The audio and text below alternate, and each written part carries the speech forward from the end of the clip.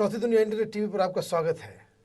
आज एक ऐसे विषय पे हम डिस्कस करने जा रहे हैं जिसका रिश्ता एक मर्डर मिस्ट्री से है। मर्डर मिस्ट्री का मतलब जेडे। हमारे साथ देशबंधु जी हैं जिनका ये मानना है कि जो पुलिस की थ्योरी है उस थ्योरी में कुछ पेच हैं, कुछ और खुलासे होने बाकी हैं। क्या सचमुच छोटा राजन के कहने पे उसके गैंग के लोगों ने हत्या की? इस समय दाऊद के गैंग के अंदर एक बहुत बड़ा गृह युद्ध चला हुआ है। दाऊद से क्या रिश्ता है? पुलिस की थ्योरी तो ये है कि छोटा राजन ने इन लोगों को सुपारी दी और ये नहीं बताया कि एक जर्नलिस्ट को मारना है। नहीं, पुलिस की थोड़ी में जरा सा फर्क है। हाँ, पुलिस अभी तक ये कह रही है कि जिन आदमियों का इस्तेमाल किया गया वो सारे छोटा राजन के गैंग के हैं। लेकिन वो छोटा राजन पर कभी कुछ नहीं कह रहे हैं। देखिए, let us be fair to them. मैं कल रात को 2-3 बार सुनता रहा। उन्होंने कहा जिन लोगों ने उसको मारा है वो सारे छोटा राजन गैंग के थे और उनको हमने पकड़ भी लिया है और उन्होंने अपने आप को कन्फेस भी कर लिया है और उसमें व्हीकल भी पकड़ा गया है, वेपन्स भी पकड़े गए हैं, बुलेट्स भी पकड़ी गई हैं और उन्होंने कन्फेस भी कर लिया है।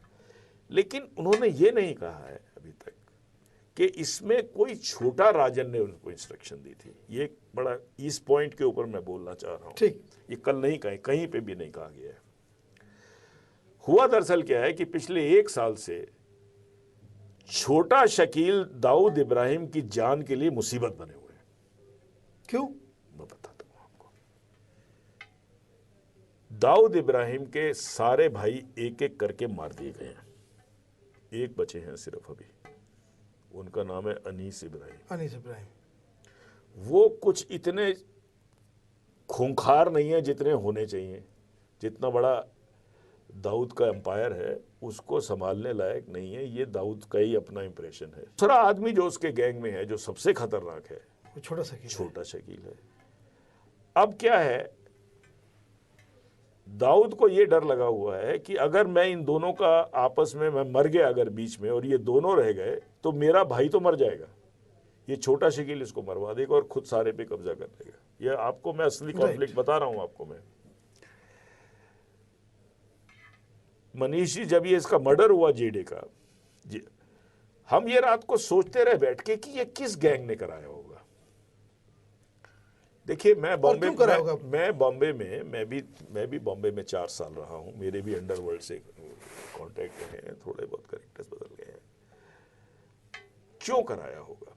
आपको मैं एक बात बताऊं सबसे बड़ी, कि छोटा राजन जो है वो सरकारी गुंडा है। आपको ये मालूम नहीं है शायद बात आपको। मतलब छोटा राजन मतलब सरकार की पैटर्नेज में काम करता है। आपको अब थोड़ा सा हम बता दें आपको, ये पब्लिक को भी नहीं मालूम हिंदुस्तान की कि क्या होता है। सुन लीजिए। नहीं, हम ऐसा है, ये पब्लिक का नॉलेज, मैं बड़ा दुखी हूं कि जनता को ये बातें पता होनी चाहिए। नहीं, आप जैसे लोग ज्यादा बोलते कम है ना, नहीं, इसलिए लोगों को पता नहीं चल पाता है या मौका उस तरह से नहीं मिलता नहीं और है। मीडिया जो है देखिए, वो टेलीविजन के ऊपर ये बोलने नहीं देते। वो 2 मिनट में बोलेंगे कि साहब आप क्या बोल रहे हैं। अरे भैया, कोई साले ये गोलगप्पे पानी के लाइन में लगे हुए एक एक करके दोगे, क्या बदतमीजी है ये। 1992 में जब बाबरी मस्जिद तोड़ी गई अयोध्या के अंदर, उससे पहले दाऊद इब्राहिम भारत सरकार का एजेंट था दुबई के अंदर, पाकिस्तान की आईएसआई के खिलाफ। मतलब वो सारे इन्फॉर्मेशन जो आईएसआई की पाकिस्तान की इन्फॉर्मेशन हमें दिया, वो हमको देता था और आईएसआई का काउंटर था ये इंडियन आरएडब्ल्यू का आदमी था। सुनिए जरा इस बात को। और Dawood was very efficient operator as against the ISI operators. आप 1992 तक का इतिहास उठाकर देखिए, जब ये श्री लाल किशन आडवाणी जी ने अपने पता नहीं किस नशे में आके तोड़ दी बाबरी मस्जिद, पता नहीं क्या समझ सोच के, वहां कहीं दाऊद इब्राहिम बहुत ज्यादा कुछ हर्ट हो गया बीइंग अ मुस्लिम। इतना शायद वो हर्ट होता भी नहीं जितना वो आईएसआई वालों ने उसको भड़का दिया। उन्होंने कहा कि जिस मुल्क में तेरी मस्जिद को तोड़ दिया जिसके लीडरों ने, तू उस मुल्क की क्या कर रहा है। और उस बहकाने के अंदर ये श्री दाऊद इब्राहिम जी क्रॉस करके आईएसआई में चले गए और उसके बाद वो 1993 का बॉम्बे ब्लास्ट दाऊद इब्राहिम ने कराया। सारे फैक्ट्स हैं आपके आगे। जब ये हो गया, इसके लिए तो मैं एक सबसे पहले भारत के प्रधानमंत्री हो सकते थे, उनका बहुत बड़ा मैं बहुत धन्यवाद करना चाहता हूं कि वो नहीं जीते। ऐसे जैसे मूर्ख, एक दाऊद जैसे एक वफादार आईएएस हमारे रॉ के एक नौकर को उन्होंने डिफेक्ट करा दिया एक मूर्खता से, जिससे बाबरी मस्जिद बने चाहे मंदिर बने उससे कोई फर्क नहीं पड़ता। लेकिन कितने मूर्ख हैं ये बीजेपी वाले और ये क्या कर सकते हैं, मैं तो सिर्फ इस देख को सुनकर ही हैरान हो जाता हूँ। अब साहब दाऊद तो चले गए, बॉम्बे का ब्लास्ट हुआ, आपको सारी पता है, वो सारा रिपोर्ट सारा उसी ने ऑर्गेनाइज कराया। करने के बाद उसने कहा कि हिंदुस्तान से मेरा जो है रिश्ता खत्म हो गया। अब आईएसआई के लिए वो काम किया, और आईएसआई के लिए क्या किया उसने, अलकायदा के लिए काम किया। अब साहब इनको समस्या ये पड़ी कि जितना भी जो अंडरवर्ल्ड, जितना भी साउथ एशिया में क्राइम होता है वो काफ़ी हद तक दुबई से सेटल होता है। उसके दो कारण हैं, एक तो दुबई के अंदर इनकम टैक्स नहीं है, तो वहाँ क्राइम और वाइट मनी में कोई फर्क नहीं है। और आज आपको हम एक चीज़ की और भी आपका खुलासा कर देते हैं कि श्री शरद पवार, श्री शाहिद बलवा और श्री प्रफुल्ल पटेल को लेकर कई बार शाहिद बलवा के प्लेन में दुबई उड़ के गए। इन तीनों दो मंत्रियों के बीच में और शाहिद बलवा के बीच में ऐसी क्या डील चल रही थी, ये इंटेलिजेंस ब्यूरो की रिपोर्ट में आपको कोट कर रहा हूं। Oh my God. एनीवे, अब मिनिस्ट्री ऑफ होम को ये लगा कि इतना बड़ा जो हमारा मोहरा था वो तो भाग गया उधर, तो इन्होंने किसी तरह से फिर ये इसको पकड़ा, छोटा राजन। छोटा राजन जो है वो है हिंदू, और उसके कुछ वैसे भी थोड़े डिफरेंसेस होंगे, लेकिन वो he was no match to Dawood. लेकिन छोटा राजन ने कहा साहब मैं इंचार्ज हूं आपका, जो भी है किसी को तो रखना पड़ेगा, आपको किसी नजर रखनी पड़ेगी पूरे वहां आईएसआई दुबई में क्या कर रही है। तो छोटा राजन को 93 के बाद गवर्नमेंट ऑफ इंडिया ने अडॉप्ट कर लिया, और इस हिसाब तक अडॉप्शन है कि छोटा राजन operates in Dubai, in Bombay, in Malaysia, everywhere under the complete protection of the Indian government as well as Indian embassies there. Complete. आपको मैं इसका एग्जांपल दे देता हूं। मलेशिया के ऊपर, छोटा राजन के ऊपर एक लाइफ पर अटैक हुआ आज से करीब 7-8 साल पहले, अगर आपको याद, उठा लीजिए अखबार। वो दाऊद के लोगों ने किया क्योंकि they want to kill him because he is an Indian agent, और उसमें ये बच गया, और ये मलेशिया में फॉल्स पासपोर्ट पे एंटर किया। मुझे अभी तक वो केस याद है। अब मलेशिया की पुलिस चाहती तो उसको अरेस्ट करके रखती थी, क्योंकि झूठे पासपोर्ट पे एंटर हुआ, फिर उस पर अटैक हुआ।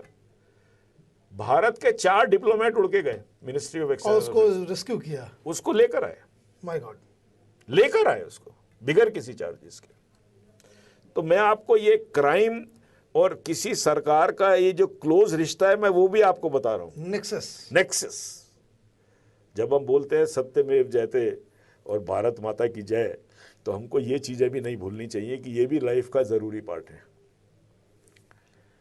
हुआ इसमें ये जो हमको लगता है, मैं पूरी बात नहीं कह सकता हूं, क्योंकि कल पुलिस वाले भी इस बात से बहुत ज्यादा हर्ट हैं एक्चुअली, जेडे के मर्डर से, क्योंकि जेडे पुलिस की भी मदद करता था।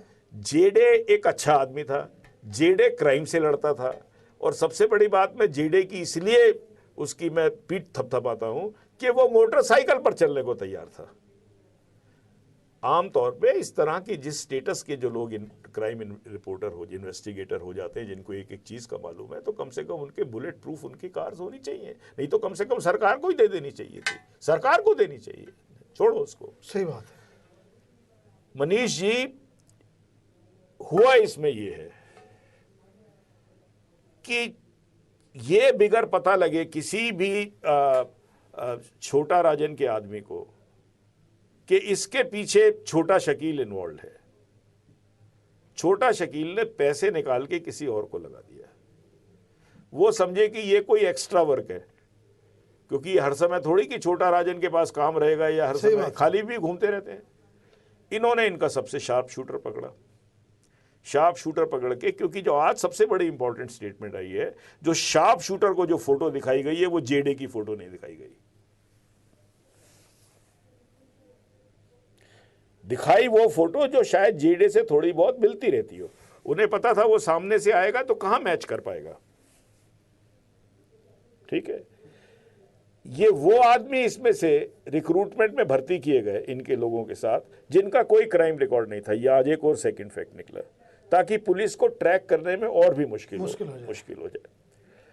और ऐसे करते करते इन लोगों ने एक ऐसी टीम उसकी उठा ली छोटा राजन की, जो क्योंकि उनको नहीं मालूम था ये छोटा शकील का गेम है जो हमको लगता है, तो उसने कहा कि भाई कोई और आदमी है इसका मारना ही। सुपारी 5 लाख की तो उसने सिर्फ शूट करने के लिए दी थी उसको, सिर्फ गोली चलाने के लिए। इस कम से कम इस ऑपरेशन के अंदर 1 करोड़ रुपए खर्च हुआ है जेडे को मारने की, क्योंकि जितने बाकी कवर होते हैं, भगाना होता है सब।